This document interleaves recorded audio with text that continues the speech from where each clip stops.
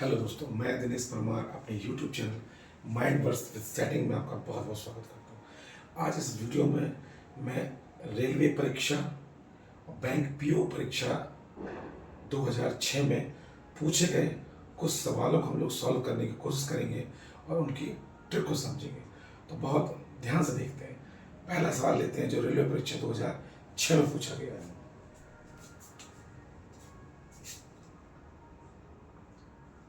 106 multiplied by 106 minus 94 into 94। ठीक है, अब इसको हम ऐसे भी लिख सकते हैं, ये दो दिया है 1616 को हम ऐसे भी लिख सकते हैं 106 स्क्वायर माइनस 94 स्क्वायर। इसको हम ऐसे भी लिख सकते हैं, आप जानते हो। और इसी में एक एल्जेब्रिक फार्मूला है, उसको देखिए, A square minus B square equal to A plus B and A minus B. अब इसकी वैल्यू पुट करते हैं 106 प्लस 94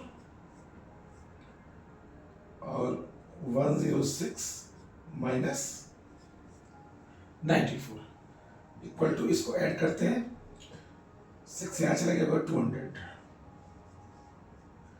और 106 पे माइनस 94 करें तो आ जाएगा आपका 12 0 0 12 0 12 2 से 24। आपका आंसर आ गया 24। समझ में आया? इसी तरह एक नेक्स्ट क्वेश्चन है, ये रेलवे परीक्षा 2006 में पूछा गया सवाल था। अब इसी के साथ एक सवाल हम लोग और लेके चलते हैं।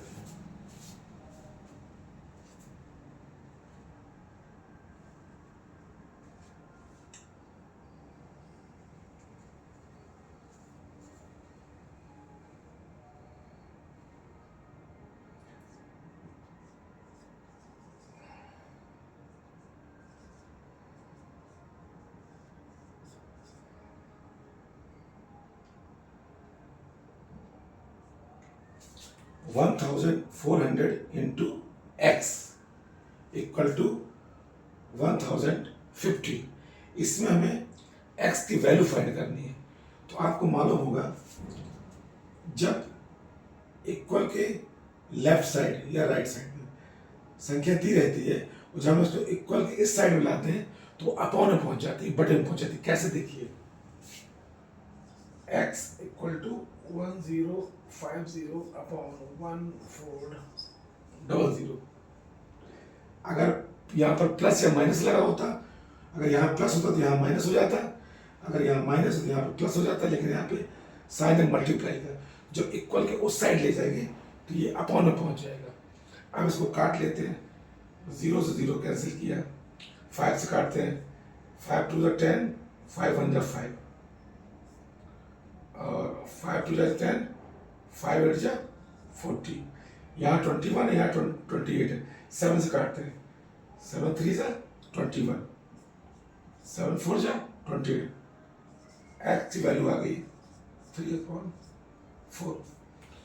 ये बैंक पीओ परीक्षा 2006 में पूछा गया सवाल था। नेक्स्ट एक और सवाल देखते हैं।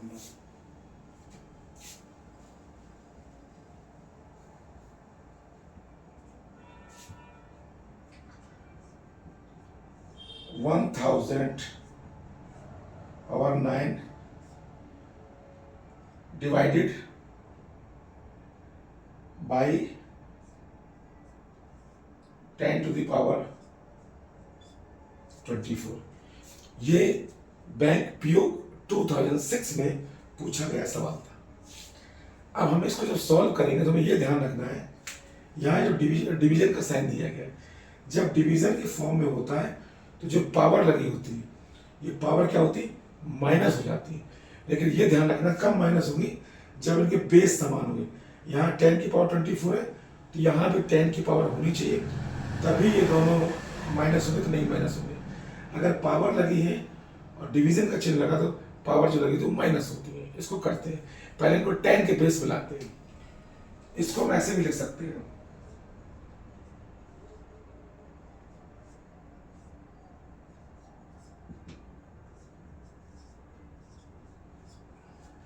आप इसे एग्री कर रहे हैं।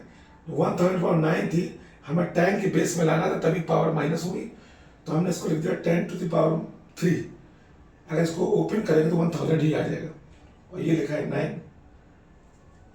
एक रूल होता है, पावर का मल्टीप्लाई हो जाएगा,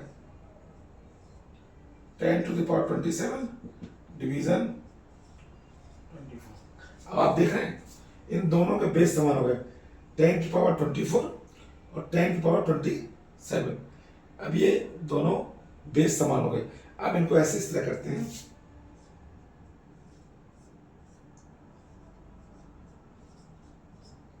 तो ये आ जाएगी 10 की पावर आ गई आपकी 3, और इसको 10⁻3 को ऐसे भी लिख सकते हैं 1000। आपको समझ में आएगा। एक्चुअली ये सवाल थोड़े बहुत ट्रिकी होते हैं, और इनमें ज़्यादा प्रैक्टिस करने की ज़रूरत होती है, क्योंकि एग्ज़ाम में सवाल बहुत टफ नहीं होते हैं। उनकी समझ आपके अंदर होनी चाहिए, और थोड़ा सा समय रहते, थोड़ा फास्ट उनको सॉल्व करने की आपके अंदर स्किल होनी चाहिए। तो मैं बैंक, एसएससी, जीवन बीमा निगम परीक्षा, एलआईसी परीक्षा, रेलवे, डिफेंस, इसी तरह के 3-3, 4-4 सवाल लेकर आपको आऊँगा, विभिन्न प्रकार के। उनको हम लोग सॉल्व करेंगे, उनको समझेंगे। वीडियो को बार बार देखेंगे तो इस तरह के सवाल आपको समझने में दिक्कत नहीं होगी, और अगर एग्जाम में इस तरह के सवाल आते हैं तो बड़ी आसानी से उन्हें सॉल्व कर सकते हैं। अगर किसी सवाल को सॉल्व करने की कोई ट्रिक या कोई स्टेप आपको ना समझ में आए तो मुझे कमेंट्स करके बता सकते हैं। मेरे चैनल माइंड्स वर्सेस सेटिंग को सब्सक्राइब करें, शेयर करें, और अपने दोस्तों तक पहुंचाएं, जिससे सभी इससे बेनिफिट हो प्राप्त कर सकें। Thanks for watching.